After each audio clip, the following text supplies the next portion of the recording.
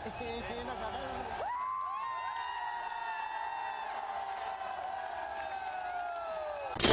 नमस्कार।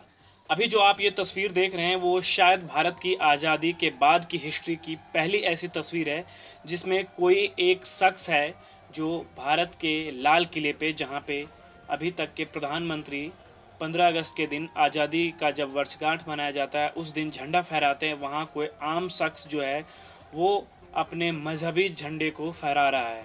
और ये जो तस्वीर है वो भारतीय लोकतंत्र के लिए एक काला दिन है, एक काला सच है। तो कौन है ये लोग जो लाल किले की प्राचीर पे कोई मजहबी झंडा को फहराया है? तो जैसा कि आपको पता है कि पिछले 2 महीनों से किसानों का आंदोलन दिल्ली और उसके आसपास के बॉर्डर में बड़े ही शांतिपूर्वक तरीके से चल रहा था।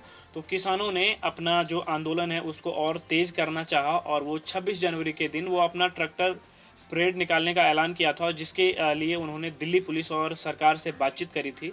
तो दिल्ली पुलिस ने उनको तयशुदा रास्ता और तयशुदा टाइम दिया था, लेकिन ये जो तयशुदा टाइम था और ये जो हुड़दंग मचाते लोग हैं, इनमें कहीं ना कहीं गड़बड़ी हुआ है, जिसके वजह से ये घटना आज भारत को और भारतीयों को देखना पड़ा है। कुछ जगहों पे लोगों ने बैरिकेड तोड़ने की कोशिश करी, उसके उलट पुलिस ने टीयर गैस की गोलियां छोड़े, लाठियां बरसाई और उसके बाद जो भीड़ थी वो और उग्र हो गई और वो फिर दिल्ली में एंटर कर गई। कुछ जो तस्वीरें आ रही हैं उसमें ये देखा जा सकता है कि किसान जो हैं वो काफ़ी उग्र हो गए हैं, ट्रैक्टर ऐसे चला रहे हैं जैसे कि वो किसी को भी रौंदते हुए चले जाएंगे। और एक तस्वीर ऐसी भी आ रही है जिसमें एक किसान जब ट्रैक्टर चला रहा होता है तो उसी में बैरिकेड से टकरा करके उसकी मौत हो जाती है। ये काफ़ी दर्दनाक घटना है कि प्रदर्शन कर रहे किसानों में से पहले तो 100 किसान मर ही चुके हैं, अब एक किसान और जुड़ गया है। आप विरोध करिए, विरोध करने का हर एक लोकतंत्र में आज़ादी है, लेकिन आप वैसा बिल्कुल नहीं करें जैसा कि अभी अमेरिका में कुछ दिनों पहले कैपिटल हिल में हुआ था।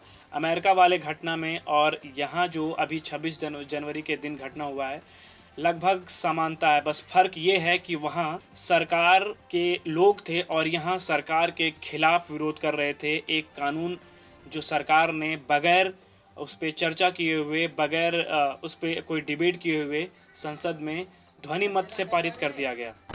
अब कुछ फेक न्यूज़ है जो कुछ टीवी चैनल्स इसको प्रमोट कर रहे हैं और ट्विटर पे ब्लू टिक धारियों ने इसको फेक खबर को फैलाया है। पता नहीं ये जो लोग हैं कौन सा नशा करके ये सब खबरें बगैर जांच पड़ताल किए हुए पोस्ट कर देते हैं या फिर टीवी पे चला देते हैं।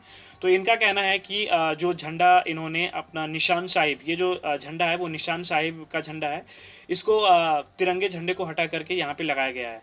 ये पूरी तरह से गलत खबर है, फेक न्यूज़ है। आप जैसा कि इस वीडियो में देख सकते हैं कि पीछे पूरा जब बैकग्राउंड खुलता है तो वहाँ पे तिरंगे झंडे जो फहरा रहा है, तिरंगे झंडा जो लहरा रहा है वो बिल्कुल वैसा ही है, उसको किसी ने कुछ नहीं किया है, बिल्कुल सेफ है।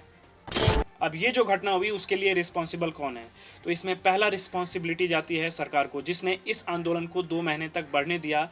13-14 दौर की आप बात करते हैं फिर भी आप मामले को सुलझा नहीं पाते हैं, तो इसमें किसकी जिम्मेदारी होगी? ऊपर से आप जब इस बिल को लाए तो उसके ऊपर आप न डिबेट करते हैं, न चर्चाएं होती है, आप ध्वनि मत से पारित कर देते हैं। और दूसरी बात है पुलिस की। तो जो पुलिस है, दिल्ली पुलिस है, वो आती है होम मिनिस्ट्री के अंडर में और होम मिनिस्ट्री जैसा कि आप सबको पता है गवर्नमेंट के कंट्रोल में है।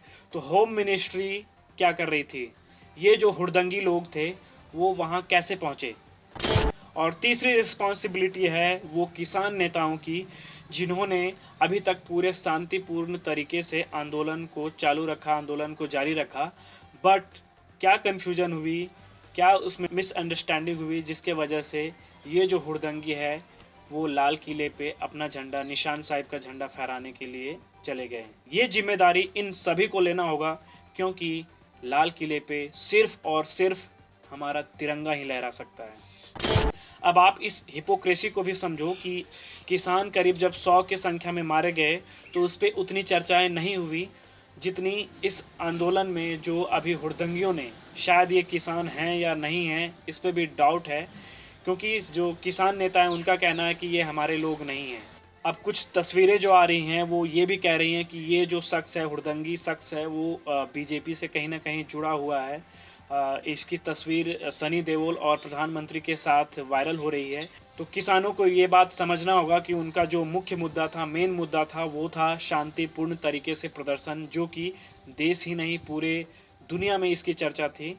वो आपको बनाए रखना होगा, तभी आपका ये जो आंदोलन है वो सफल होगा।